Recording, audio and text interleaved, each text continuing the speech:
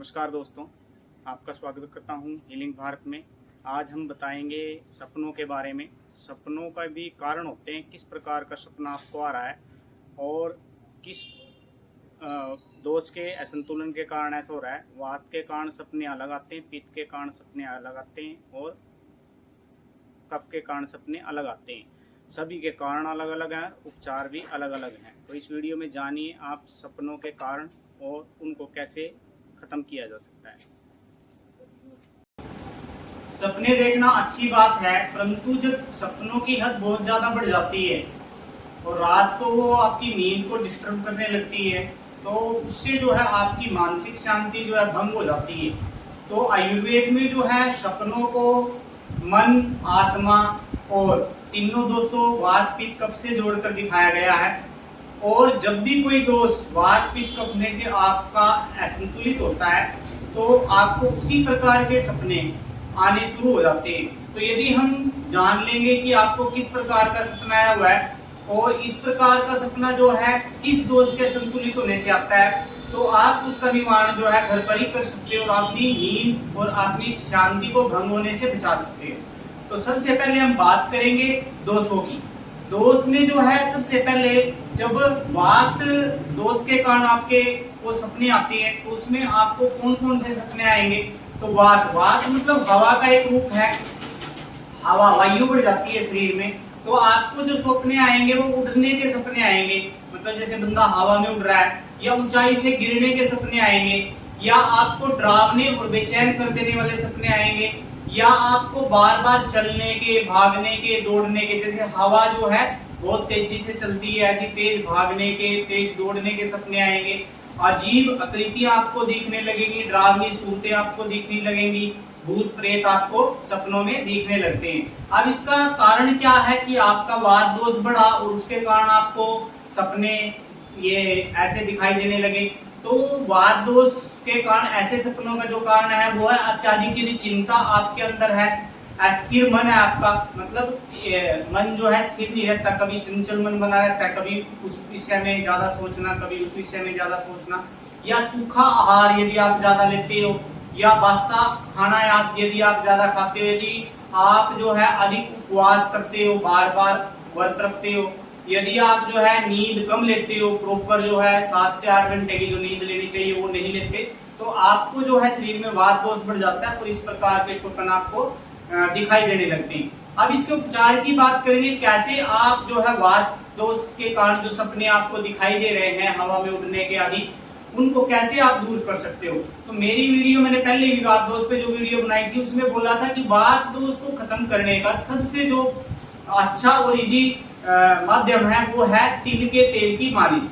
तो आपको क्या करना है, तिल के तेल की अपने हाथों और पैरों पे मालिश करनी है और कानों पे मालिश करनी है, ताकि जो आपके अंदर एक्स्ट्रा वायु बढ़ी हुई है वो खत्म हो जाए और आपको ये सपने देखने बंद हो जाएं। दूसरा आप क्या कर सकते हो, शंखपुष्पी, ब्राह्मी और अश्वगंधा जैसे रसायनों को खा सकते हो दूध के साथ। इससे भी जो है आपका वात दोष संतुलित होता है और आपको ये सपने कम होते चले जाते हैं। आपको जो है गुनगुना दूध रात को सोने से पहले पीना है, उसमें थोड़ी 2-4 पिंच जो है अदरक जो सौंठ होती है उसको पका सकते हो आप, उससे भी जो है आपका वात दोष शांत होता है और आपको सपने नहीं दिखते।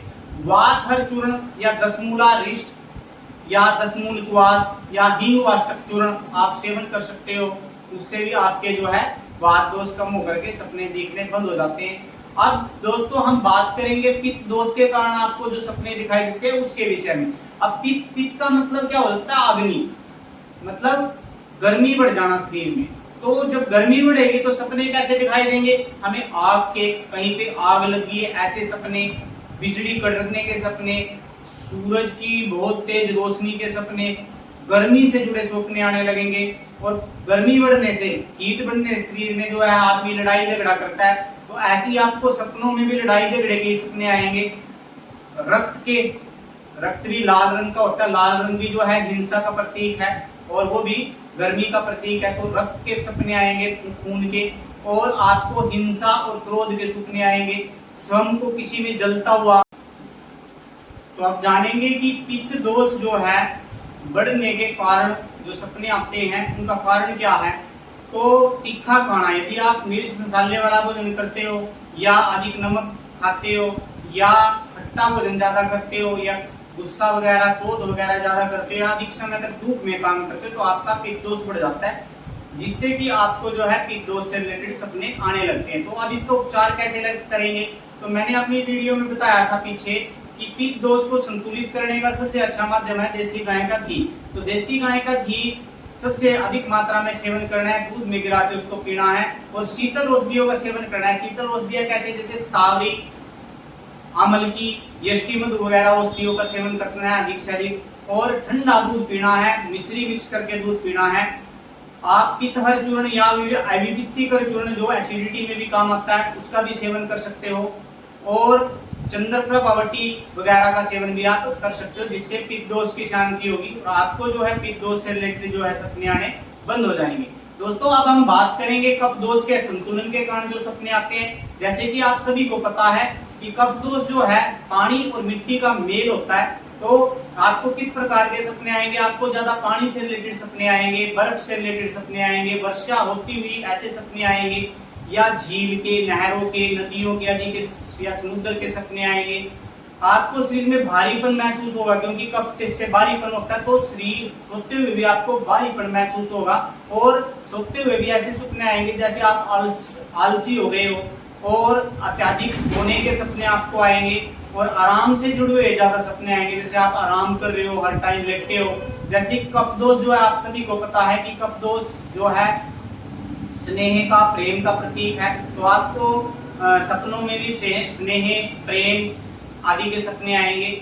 और कारण क्या है कफ दोष बढ़ने के कारण सपनों का, आप यदि गुरु भोजन करते हो, गुरु मतलब भारी भोजन करते हो, तो कफ दोष की वृद्धि होती है आपके शरीर में और आपको कफ दोष से रिलेटेड सपने आने शुरू हो जाते हैं। या अत्यधिक निंद्रा यदि आप लेते हो, हर टाइम लेटे रहते हो, विश्राम करते हो ज्यादा, तो आपको तब भी कफ दोष बढ़ जाता है। ये वसा युक्त आहार मतलब फैटी फूड यदि आप ज्यादा खाते हो तब भी आपके शरीर में जो है कफ की मात्रा बढ़ जाती है और आपको कफ से रिलेटेड सपने आने लगती है। तो इसका निवारण के लिए अब निवारण की बात करेंगे कि क्या क्या खान पान आपको, उपचार क्या क्या करना है।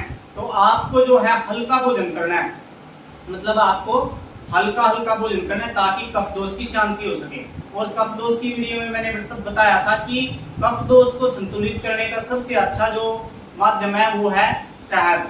आप शहद की को सुबह शाम 1 कप चम्मच, उसमें जो है आप कफ हर औषधि डाल के, जैसे थोड़ी बहुत तुलसी का पाउडर या आप उसमें सौंठ का पाउडर या त्रिकटू पाउडर डाल के उसको चाट सकते हो। इससे आपका जो है कफ दोष संतुलित होगा और आपको जो सपने आते हैं कफ दोष के कारण वो नहीं आएंगे।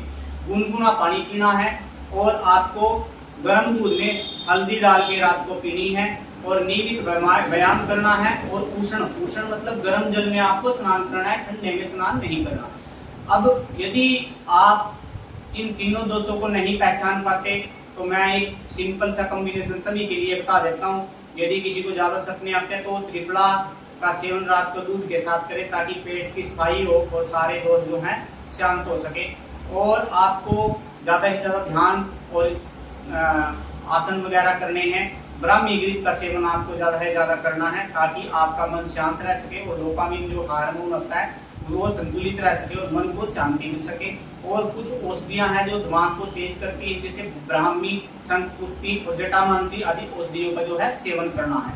और सोने के विषय में यदि हम बात करें तो आपको कभी भी उत्तर दिशा में सिर करके नहीं सोना है, क्योंकि उत्तर जो दिशा है वो है जो मैग्नेटिक फील्ड जो उसमें पैदा होती है वही उत्तर दिशा, जैसे हमारा सिर जो है उत्तर दिशा का प्रतीक है, तो वहां पे भी उसी टाइप की मैग्नेटिक फील्ड पैदा होती है। तो उसमें जो है एक अपोजिट प्रेशर लगता है हमारे सिर के ऊपर, दिमाग के ऊपर, तो हमें जो है मन को शांति मिलती है, जिससे कि जो है आपको जो है सपने आने शुरू हो जाते हैं। और स्क्रीनिंग टाइम जो है आपका या मोबाइल देखने का टाइम है वो कम से कम रखें ताकि मन को शांति मिले। और रात्रि में जो हल्का भोजन करके हाथ पैरों को अच्छी तरह से धो करके और तेल की मालिश करके फिर आपको सोना है। ओम का उच्चारण अधिक से अधिक करना है आपको, ध्यान और मेडिटेशन ज़्यादा से ज़्यादा करना है। तो जिसको भी मेरी ये दी हुई जानकारी पसंद आई हो तो वीडियो को ज़्यादा से ज़्यादा शेयर करें और कमेंट करें कि वीडियो कैसी लगी। आपका मेरी वीडियो देखने के लिए धन्यवाद। धन्यवाद, नमस्कार, राम।